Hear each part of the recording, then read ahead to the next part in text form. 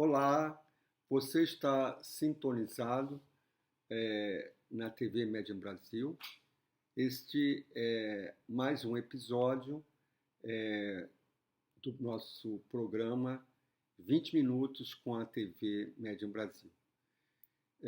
Mais uma vez, aquelas solicitações já usuais, né, mas que são importantes, que você não deixe de compartilhar, né, as nossas matérias, né, que visitem a nossa página, nossa homepage, www.mediumbrasil, Brasil com S.org. Nós também estamos presentes no Facebook, né, nesse canal do Facebook, Medium Brasil. Também estamos presentes no Instagram, no Twitter. Então, isso é muito importante, que quanto mais pessoas estejam acessando os nossos programas, mais o nosso projeto do Medium Brasil será mantido, poderá ser preservado, poderemos dar continuidade a isso. Ontem, por exemplo, né, na TV Medium Brasil, nós tivemos o que nós chamamos de conversatórios. Agora nós estamos iniciando uma série de bate-papo, de conversas a respeito da medicalização e alternativas reais, concretas, a esse processo de medicalização em saúde mental. Ontem nós tivemos conosco 2 psiquiatras, a Fernanda e o Marcelo. Vejam no nosso canal TV Medium Brasil, quem não os conhece, quem são eles e as importantes contribuições que eles nos deram. Então, gente, a ideia é resumir, fazer um resumo das principais matérias que durante a semana a gente publicou na nossa homepage do Medium Brasil, né? Eu vou iniciar pelas últimas matérias, né? Pela última matéria, que eu acho que tem a ver com o dia de hoje, né? Hoje, sábado, no Brasil inteiro estão ocorrendo manifestações de massa nas ruas, fora Bolsonaro, fora a presença dos militares na política, vacina no braço e comida no prato. Então, a matéria que foi postada na nossa homepage no dia 23, último, ela é escrita pela Luciana Jaramillo Caruso de Azevedo. Vocês já devem estar se familiarizando com o que a Luciana escreve. Luciana é uma psicóloga, psicanalista, e o título é muito sugestivo, tem tudo a ver com o momento atual, né, que nós vivemos no Brasil.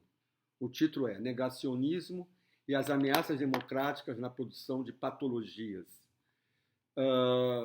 É interessante a gente observar que o negacionismo é, primeiramente, científico, né? Esse flagelo, mais de 550 mil pessoas mortas pelo Covid, uma boa parte, né, é devido justamente ao negacionismo sistemático que nós sofremos. Que a vacina é ineficaz, negar a necessidade do uso de máscara, a negação da importância do isolamento social, a importância de um conjunto de medidas, né, para protegermos, né, contra o contágio. E esse negacionismo científico, né, vem acompanhado por negacionismos, né, no plural, né? Se nega direitos humanos, se nega que existe o racismo, se nega que existe um aquecimento global, que, portanto, são necessárias medidas, né, para a proteção do meio ambiente, a necessidade de mudanças do modo como a civilização nossa está organizada. Nega-se tudo, até mesmo que a Terra seja redonda. Então, isso é importante. Por que isso? Né? E a Luciana propõe, né, uma leitura que inclui como a psicanálise, e alguns pensadores da psicanálise entendem isso. Né? O negacionismo, a questão também, que é uma característica muito própria nossa, dessa nossa época, que é assim, os ressentidos e como os ressentidos, né, costumam se comportar frente às evidências, frente à realidade. O que é importante, que a Luciana problematiza, é que esse traço do ressentimento tem muito a ver com a moral do neoliberalismo. Ou seja, o neoliberalismo cria, né, um conjunto de problemas a todos nós e a gente não vê, né, as causas, não atribui isso ao modelo econômico, ao modelo político que estamos vivendo e atribuímos isso a teorias conspiratórias, a teorias negacionistas. Então, como a gente pode entender isso sob um ponto de vista da psicologia? Essa é uma proposta de leitura aberta pelo trabalho, pelo texto da Luciana Jaramillo. O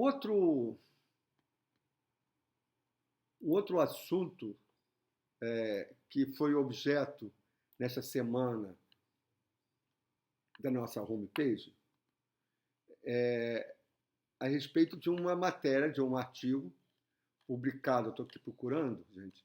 Sim. Ele foi publicado, né, no renomado periódico científico Behavior Research and Therapy. O título, em português, seria A Teoria Evolucionista e o Tratamento da Depressão. Muito interessante, porque a partir justamente das teorias evolucionistas, né, o que se vem constatando é que ao longo dos milhares de anos de evolução, frente aos fatores estressantes que nos levam a sofrer estados depressivos, nós construímos respostas naturais a identificar os problemas e como reagir a esses problemas. São milhares, se não milhões de anos de evolução, né, da espécie humana, em particular das próprias civilizações humanas. E o que vem ocorrendo, né, muito particularmente a partir da segunda metade do século passado, é que com a chegada dos antidepressivos, a gente vem desaprendendo a como lidar com as situações que produzem esses estados depressivos. Né? As respostas naturais são substituídas por respostas induzidas por uma química artificialmente é, incorporada no nosso corpo, que são os antidepressivos. E com isso a gente vai desaprendendo a como dar respostas naturais a essas situações. Então vale a pena. E ao final do artigo, né, como sempre, tem o link para quem tem interesse de ler a matéria toda, né, integral, o artigo integral. O que nós fazemos é um resumo, né, do artigo. Uma outra matéria é a respeito justamente das dificuldades que temos para definir o que são transtornos mentais, né? Esse artigo foi publicado também no renomado periódico científico Psychological Medicine. Justamente ele problematiza, né, as fronteiras entre aquilo que é o normal e aquilo que seria o patológico, né? Portanto, definir, né, o que é um transtorno mental não é nada simples. Apesar de, supostamente, a ciência estar preparada para isso, supostamente haver uma evolução das categorias de diagnóstico de forma a serem mais precisas, mais definidoras das fronteiras. Estamos agora no DSM-5, no Manual de Diagnóstico Psiquiátrico DSM-5, e tudo sugere que, mais do que nunca, a gente não sabe estabelecer essas fronteiras e que justamente o que vem acontecendo é uma medicalização, quer dizer, vem se convertendo fenômenos naturais, normais, em patologias mentais, em transtornos mentais. E, finalmente, a outra matéria é um blog escrito por Robert Dole, a partir de sua experiência pessoal enquanto homossexual. É uma narrativa comovente, dramática e que nos ensina muito, né, do que se passa com aquelas pessoas que têm um diagnóstico de transtorno mental, de doença mental, pela sua sexualidade. No caso, ser homossexual. Então ele narra como começou a sua trajetória, ainda aos 16 anos de idade, estudando numa escola só de meninos, só de homens, e que foi-lhe atribuída uma doença por apresentar condutas, comportamentos homossexuais. E ele vai sofrer muito com isso, o diagnóstico é dado, vai sofrer uma série de tratamentos involuntários. Ele narra as histórias de colegas seus, de pessoas, muitas delas até muito já conhecidas pela cultura nossa. Por exemplo, um que foi ator de um filme do famoso cineasta italiano Antonioni. Como é que a homossexualidade deixa de ser considerada como doença graças aos movimentos organizados homossexuais? No DSM-3, em 1980, quando sai do Manual de Diagnóstico Psiquiátrico a categoria homossexualidade enquanto transtorno mental. Esse assunto ele continua sendo muito atual, porque ainda hoje há quem defenda, né, a ideia que a homossexualidade, ou os comportamentos homossexuais, ou as opções que a gente coloca, né, em termos gerais, como homossexualidade, homossexual, que são transtornos mentais e que, portanto, devem ser tratadas, né, pela medicina mental, pela psiquiatria.